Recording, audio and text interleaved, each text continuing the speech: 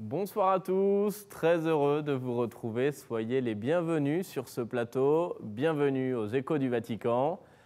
On ouvre cette émission avec le synode sur les jeunes. Il se déroulera en octobre prochain au Vatican, avec pour thème les jeunes, la foi et le discernement vocationnel. Dans cette perspective, une rencontre pré-synodale se tiendra à Rome le mois prochain.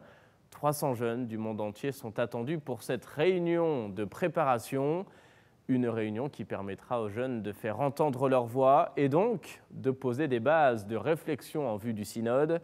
On écoute à ce propos une membre du comité d'organisation. Elle réagit au micro de Vatican News. Je crois que ce synode apporte quelque chose de nouveau parce que ce synode des jeunes va utiliser les réseaux sociaux. Et ce que je trouve, c'est qu'actuellement, c'est notre mode de vie. Nous communiquons à travers les réseaux sociaux, toute notre vie est centrée sur les réseaux sociaux et je crois que c'est très important de communiquer avec les jeunes à travers les réseaux sociaux. C'est là où nous nous exprimons le mieux. Nous utilisons l'art, la parole, la musique, tout ça et je crois que c'est un bon moyen que l'Église a trouvé pour communiquer avec nous. Comme le cardinal l'a mentionné, nous autres Africains, on n'est pas en train de répondre massivement, mais je me dis qu'il y a encore le temps de le faire, puisque déjà il y a une vidéo qui est sortie aujourd'hui pour inviter tous les jeunes à participer. Je crois que dans ces jours qui restent, les jeunes Africains aussi vont répondre massivement. Mais aussi, je me dis bien que nous autres Africains qui connaissons déjà à propos du synode, c'est notre devoir de lancer, de pouvoir inviter tous les autres jeunes Africains à participer parce qu'il se parlera aussi de la jeunesse africaine. Dans ce synode, ce que je pense premièrement, personnellement, je crois qu'il sortira pour nous de l'espoir. Parce qu'on aura été écoutés. C'est ce qu'on veut de plus. Au moins qu'on soit écoutés, au moins que les adultes sachent notre réalité, que l'Église sache ce qu'on vit. Et je crois qu'à travers ce qu'on aura raconté, sortira de l'espoir pour un monde meilleur, pour ce que nous voudrons que ce monde soit. Dans le monde, il y a tant de douleurs. Je pourrais le dire, comme je suis africaine aussi, on a vu tant de douleurs dans le monde, dans nos pays.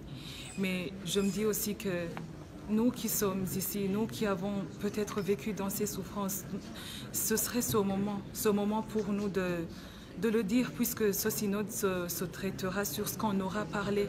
Parlons aussi de nos souffrances pour pouvoir donner le chemin aussi aux évêques de réfléchir sur ces souffrances qu'on rencontre tous les jours. Oui, oui. Et je crois qu'il y aura aussi une réponse sur tout ça, tout ce qui est en train d'arriver. Merci. Le carême, à présent, nous y sommes depuis mercredi dernier. C'était le mercredi des cendres. Pour cette entrée en carême, le pape célébrait la messe dans la basilique Sainte-Sabine à Rome. Avant de bénir et d'apposer les cendres, justement, le Saint-Père a livré son homélie, une réflexion pour réchauffer les cœurs, et c'est une triple exhortation à s'arrêter, à regarder et à contempler.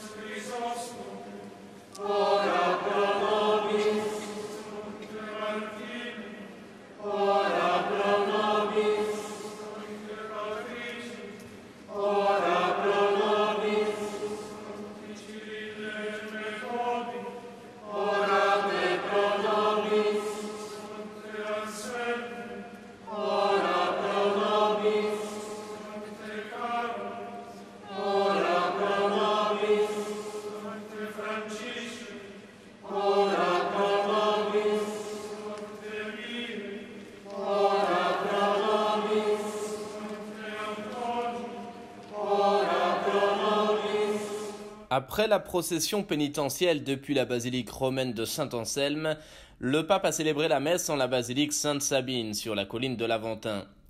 Dans son homélie pour l'entrée en carême, le Saint-Père a rappelé que cette période est un temps favorable pour corriger les accords dissonants de notre vie chrétienne et accueillir l'annonce de la Pâque du Seigneur, toujours nouvelle, joyeuse et pleine d'espérance. regrettant que face aux vicissitudes quotidiennes se lèvent des voix qui sèment la méfiance, le pape est revenu sur 3 expressions qui nous sont offertes pour réchauffer le cœur du croyant. Arrête-toi, regarde et reviens. Arrête-toi d'abord, une exhortation à ne pas se laisser emporter par le tourbillon de la société. Laissons, dit le pape, cette agitation et cette course insensée qui remplit le cœur de l'amertume en pensant que l'on n'arrive jamais à rien. Laissons aussi cette injonction à vivre en accéléré, car elle disperse, divise et finit par détruire le temps de la famille, le temps de l'amitié, le temps des enfants, le temps des grands-parents, celui de la gratuité et celui de Dieu. Deuxième point, le pape demande d'ouvrir les yeux pour regarder les signes qui empêchent d'éteindre la charité, qui maintiennent vive la flamme de la foi et de l'espérance. Il nous demande ainsi d'être attentifs à nos familles qui continuent à miser jour après jour avec beaucoup d'efforts pour faire de leur maison une école de l'amour. À nos enfants et aux jeunes germes vivants de l'amour et de la vie. À nos anciens qui sont les visages de la sagesse de Dieu. Dernier point abordé par François, le retour vers la maison du Père, de notre Père. Il faut le faire sans peur. Le carême, dit-il, est le temps favorable pour revenir, pour se laisser toucher le cœur. Rester sur le chemin du mal n'est qu'une source d'illusion et de tristesse, affirme le pape, qui nous invite à faire l'expérience de la tendresse de Dieu qui guérit et qui réconcilie.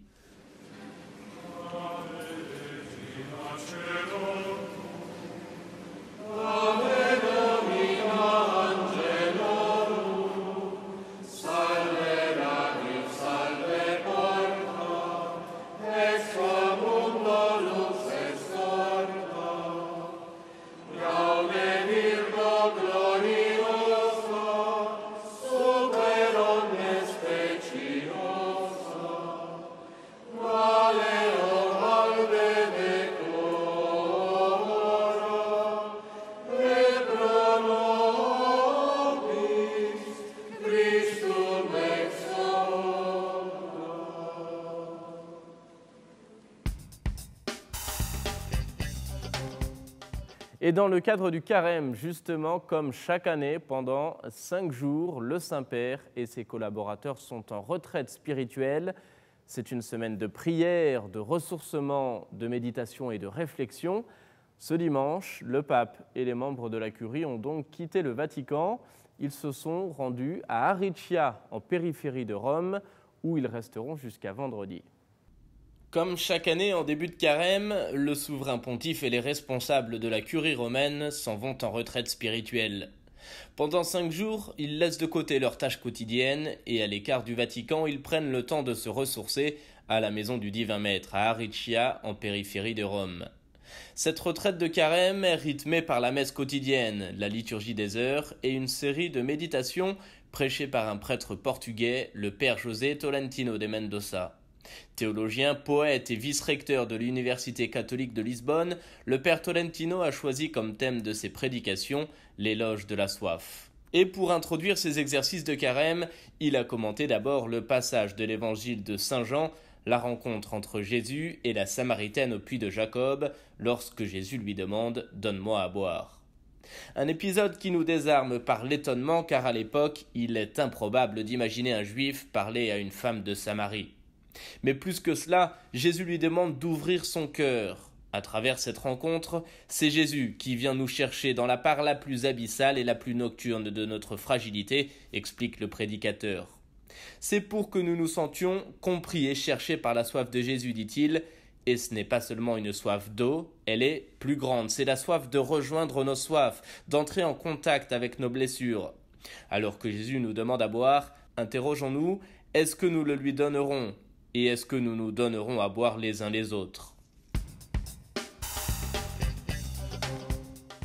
Et puis juste avant de partir pour cette retraite, le Saint-Père récitait ce dimanche la traditionnelle prière de l'Angélus depuis les fenêtres du palais apostolique, place Saint-Pierre, devant des milliers de fidèles. Le Saint-Père a livré une réflexion sur le sens du carême, un temps de pénitence, dit-il, mais qui ne doit pas être triste.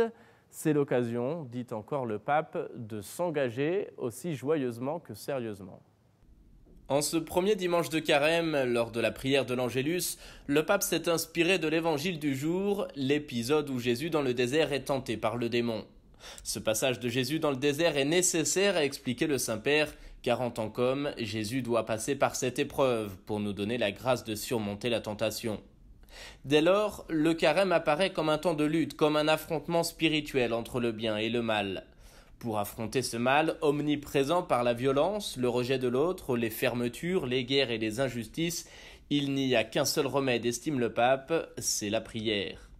En effet, poursuit le Saint-Père, c'est immédiatement après l'épisode de la tentation dans le désert que Jésus avait commencé à prêcher l'Évangile.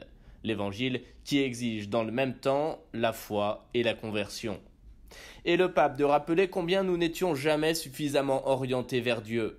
Voilà donc pourquoi nous devons avoir le courage de rejeter tout ce qui nous induit en erreur, dont ces fausses valeurs qui nous trompent en attirant sournoisement notre égoïsme. De fait, le carême est donc bien un temps de pénitence, mais non pas triste, s'est exclamé le pape. Au contraire, c'est un engagement joyeux et sérieux pour se dépouiller de notre égoïsme et pour renouveler la grâce de notre baptême. Seul Dieu peut donner le vrai bonheur. Il est donc inutile, conclut le pape, que nous perdions notre temps à le chercher ailleurs, dans les richesses, dans les plaisirs, dans le pouvoir ou dans la carrière.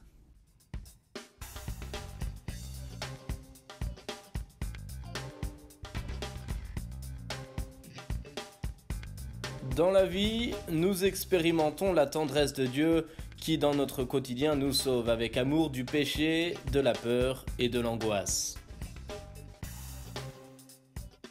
Les 3 étapes de la vie d'un prêtre, selon le pape François, c'est le cœur de son intervention lors de sa rencontre avec les prêtres de son diocèse. Dans la basilique Saint-Jean de Latran, l'évêque de Rome a évoqué donc les différents âges du sacerdoce. On écoute un résumé de son discours. L'évêque de Rome a rencontré les évêques de son diocèse dans la cathédrale de Rome, en la basilique Saint-Jean de Latran.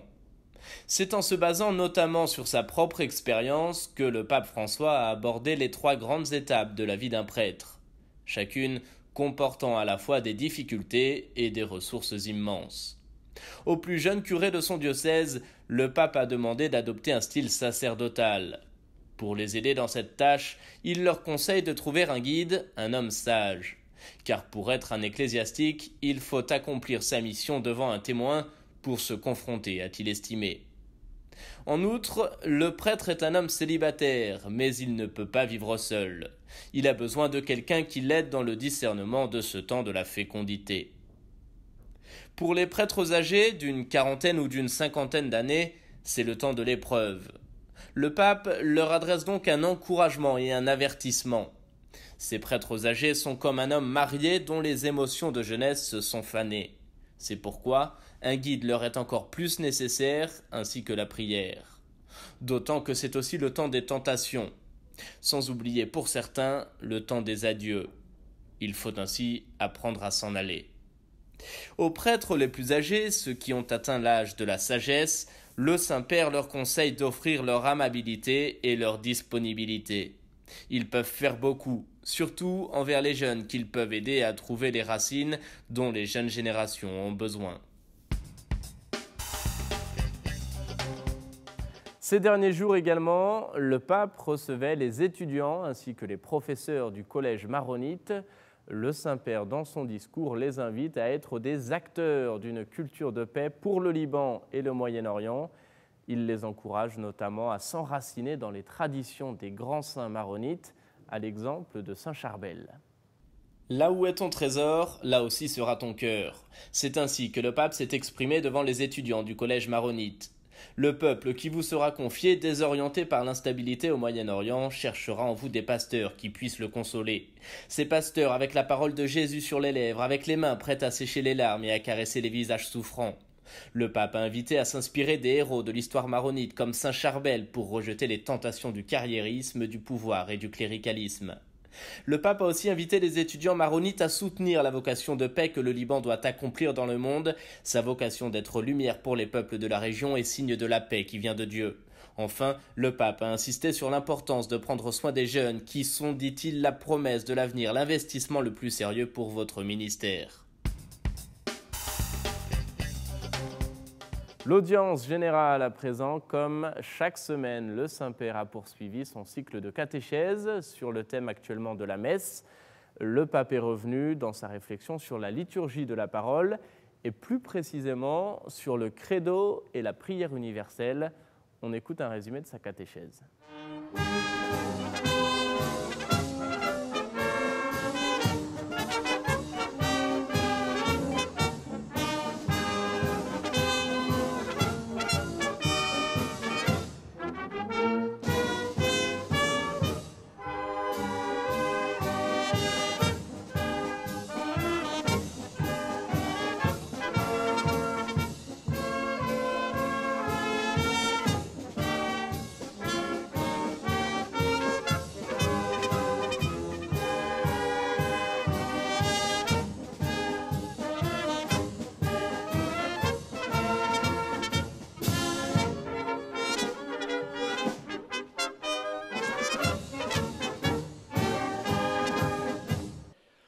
Frères et sœurs, au cours de la célébration de la messe, après l'écoute des lectures bibliques prolongées par l'homélie, un temps de silence permet d'assimiler ce que nous avons reçu et d'adhérer à ce que l'Esprit nous a suggéré. Après ce silence, par le credo, nous manifestons notre commune réponse à ce que nous avons entendu de la parole de Dieu. En effet, il y a un lien vital entre l'écoute et la foi. Par la récitation du credo, l'Assemblée médite et professe les grands mystères de la foi avant de les célébrer dans l'Eucharistie. Il nous est ainsi rappelé que les sacrements sont des signes de la foi. Ils la supposent et la suscitent. Sur la foi reçue des apôtres se greffe la foi de chaque baptisé, dont l'union au Christ est actualisée par la célébration de l'Eucharistie. La réponse à la parole de Dieu s'exprime ensuite par la prière universelle qui embrasse les nécessités de l'Église et du monde. Les fidèles font monter vers Dieu leurs prières, confiants d'être exaucées. Les intentions présentées doivent exprimer des besoins concrets de la communauté ecclésiale et du monde, évitant de recourir à des formules conventionnelles et myopes. La prière universelle, qui conclut la liturgie de la parole, nous exhorte à faire nôtre le regard de Dieu qui prend soin de tous ses enfants.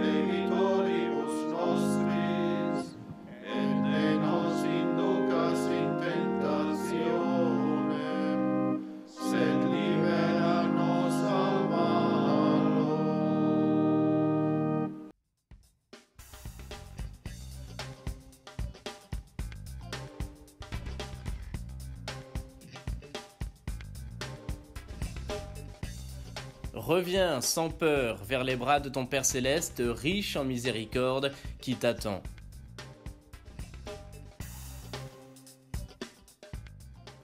Voilà, c'est la fin de cette émission. Merci à vous de l'avoir suivi. Merci de votre fidélité. Je vous souhaite une très belle fin de soirée et je vous dis rendez-vous la semaine prochaine, même heure, même endroit, pour de nouveaux échos du Vatican.